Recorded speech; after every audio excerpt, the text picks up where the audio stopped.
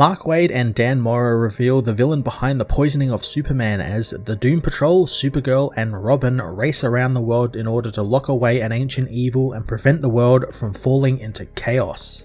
Mark Waid continues the Devil Nezha storyline by revealing the backstory of the title of villain, quickly getting through a rather simple and straightforward origin before giving the heroes a mission to make sure the villain never returns. What Waid does absolutely fantastic work with here is that while we have Batman and Superman as the world's finest, the titular world's finest, we also get a secondary world's finest team in that of Robin and Supergirl's team up. I thoroughly enjoyed their inclusion in the book and giving both of them ample time in the story, and also like the hints at their previous team-ups and how Kara and Dick don't really like each other, don't really get along because Kara thinks that Dick is a bit of a showboat. It's all fantastic stuff and all builds a lot of character and builds up the relationship that these characters have. Felix Faust and Billy Batson's appearance was a surprise and a fantastic and creative way to have Superman and Batman get involved in their ongoing battles and actually have to save Billy from Felix. The simplicity of the overall story is so good and refreshing since it's not some multiversal ending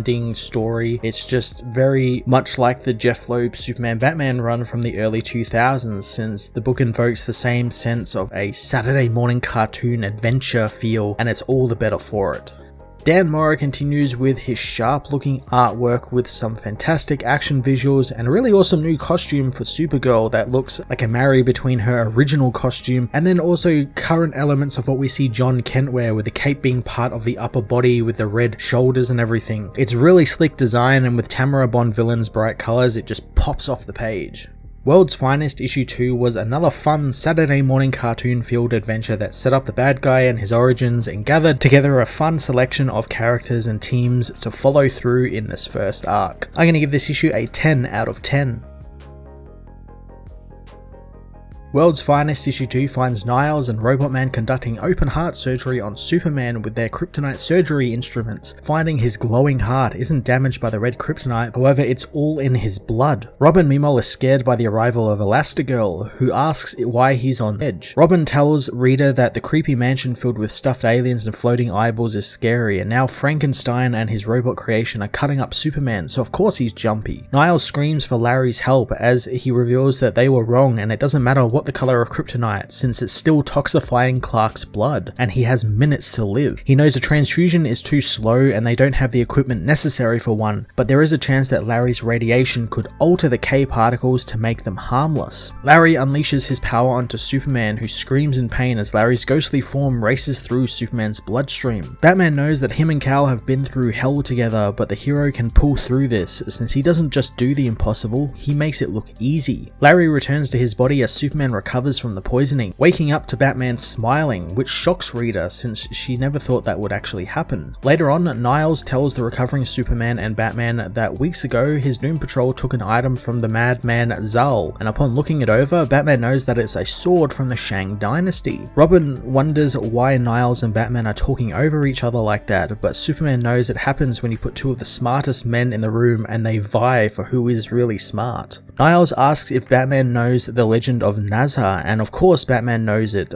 but Niles gets the Doom Patrol to tell the heroes that it's more fact than legend, and the sword belonged to Nezha, the son of the most powerful warlord Li Jing. Nezha died in battle and his father preserved his body as effectively as possible for the time, before abandoning his throne and armies and travelling the world to find someone to resurrect his son. Eventually he reduced himself to servitude in order to gain the favour of a magician, and after years and years of service he never gave up, and soon he was rewarded with the elixir of eternal life, which he poured all over his son's body, and it worked, bringing the man back to life. But Nezha exploded with rage, demanding to know what his father had given up just to bring him back. Nezha killed his father and then spent years using his father's teachings to rebuild his empire, growing it beyond what his father ever could imagine and adorning himself with magical weapons, all to become known as the Devil Nezha. Superman asks what managed to stop Nezha from conquering the world, so Niles shows him a scroll depicting the House of G, a team of warriors assembled to combat the Devil Warrior, but they had to imprison him since they couldn't kill the Immortal. Batman asks where he was imprisoned, but Niles suspects that they are actually dealing with an acolyte of his, and it's only a worst case scenario that the Devil Nezha has broken free. Superman tells them that no matter what, someone is using their own enemies to come at them, and they might not be the only ones. Niles knows they're not, showing showing him his remote cameras that show Felix Faust has gone after Billy Batson, Flash is battling with his rogues, and Wonder Woman and Green Lantern are facing their greatest enemies. Batman wants to know why he's spying on all of the heroes, but Niles prefers it to call monitoring, allies, and threats. Batman decides to talk about this later, suggesting they all split up, with Robin to go to the House of G to figure out how they defeated Nezha the first time, but Robin wonders how he's meant to get back in time. Luckily, Superman has called in Supergirl to be Robin's traveling companion. Kara and Dick aren't too pleased to be working together, and Kara knows that she could do this on her own, but Superman tells her that she needs a trained detective with her.